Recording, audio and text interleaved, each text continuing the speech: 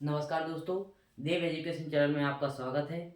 आज इस वीडियो में पढ़ेंगे हम विज्ञान से संबंधित महत्वपूर्ण प्रश्न जो वार्षिक परीक्षा के लिए महत्वपूर्ण हैं। सबसे पहला प्रश्न दिया गया है, श्वसन किस प्रकार की अपक्रिया है। श्वसन किस प्रकार की अपक्रिया है, तो ये है अपनी ऊष्माक्षेपी है। अगला दिया है इसमें कि संगमरमर यानी कि मार्बल का रासायनिक सूत्र क्या है, इनका केमिकल फॉर्मूला क्या है इसका, तो इसका है CaCO3। अगला दिया है जल में H2 और O2 के परमाणु का जो संख्या का अनुपात होता है वो कितना होता है, तो ये होता है अपना 2:1 होता है। अगला प्रश्न दिया गया है इसमें कि दूध से दही का बनना कौन सा परिवर्तन है, तो इसको हम कहेंगे रासायनिक परिवर्तन। दूध से दही का बनना अपना रासायनिक परिवर्तन के अंतर्गत आता है। अगला दिया है अपना कि जिस अपक्रिया में किसी तत्व का O2 से संयोग क्या कहलाता है, यानी कि उसको कहते हैं हम उपचयन कहते हैं। अगला दिया गया है इसमें कि जिस अपक्रिया में किसी तत्व का H2 से संयोग क्या कहलाता है, यानी कि हाइड्रोजन से संयोग क्या कहलाता है, तो उसको बोलते हैं अपचयन।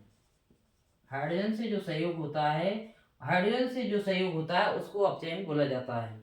अगला क्वेश्चन अपना दिया गया है H2 + Cl2 = 2HCl कौन सी अपक्रिया है, तो इसको कहते हैं हम संयोजन अपक्रिया, क्योंकि इसमें दो अभिकारक जुड़कर एक नया उत्पाद बना रहे हैं, उसको संयोजन अपक्रिया कहते हैं। अगला दिया है CaCO3 = CaO + CO2 कौन सी अपक्रिया है, तो इसको कहते हैं हम वियोजन अपक्रिया। तो ये हमने 8 क्वेश्चन पढ़े हैं इसमें।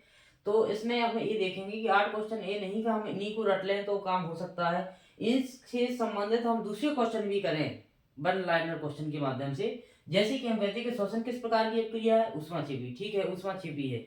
ऊष्माक्षेपी वे अपक्रियाएं होती हैं जिसमें ऊर्जा निकलती है, इसलिए श्वसन ऊष्माक्षेपी अपक्रिया है। दूसरा है संगमरमर, इसका रासायनिक सूत्र क्या है, तो ऐसा नहीं कि हमें केवल संगमरमर की ही सूत्र को याद रख लें, ऐसा नहीं, दूसरा भी करके चले हम, क्योंकि संगमरमर का सूत्र होता है CaCO3, इसका नाम है कैल्शियम कार्बोनेट, यानी कि इसको चूना पत्थर का भी सूत्र है। तो यहाँ से एक क्वेश्चन यहाँ भी क्लियर हो सकता है आपका, ऐसा नहीं कि एक क्वेश्चन को रटें इसको। अगला दिया है जल में H2 और O2 का जो परमाणु संख्या का अनुपात होता है वो 2:1 होता है।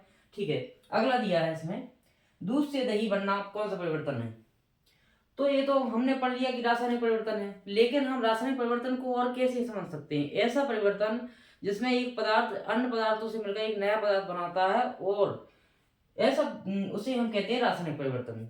रासायनिक परिवर्तन स्थायी होता है, जैसे मान लो दूध का दही में बन रहा है, क्या हम दही से दूध को कन्वर्ट कर सकते हैं, नहीं, आसानी से नहीं कर सकते हैं।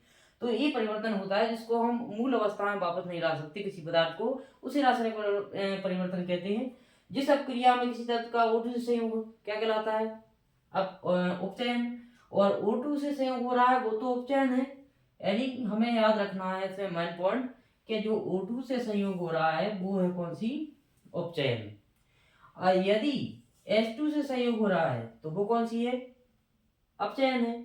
अब यहाँ पर H2 और Cl2 मिलकर क्या बना रहे हैं, 2HCl, यानी कि एक यहाँ उत्पाद बना रहे हैं, यानी कि जब दो अभिकारक मिलते हैं वो एक नया उत्पाद बनाते हैं, उसे संयोजन अपक्रिया कहते हैं, अगर इस परिभाषा आ जाए तो। दूसरा दिया है कि वियोजन मतलब होता है टूटना, मतलब कोई एक अभिकारक हो अगर दो उसमें उसका वियोजन हो रहा हो तो उसे कहते हैं अभिकारक, यानी कि वियोजन अपक्रिया कहते हैं। तो इस प्रकार हम वन लाइनर क्वेश्चन के माध्यम से एक दूसरे से जुड़े हुए दूसरे क्वेश्चन भी कर सकते हैं। तो इस प्रकार की जानकारी के लिए हमारे चैनल पर जुड़े रहें, सब्सक्राइब करें और लाइक करें, कमेंट करें। धन्यवाद।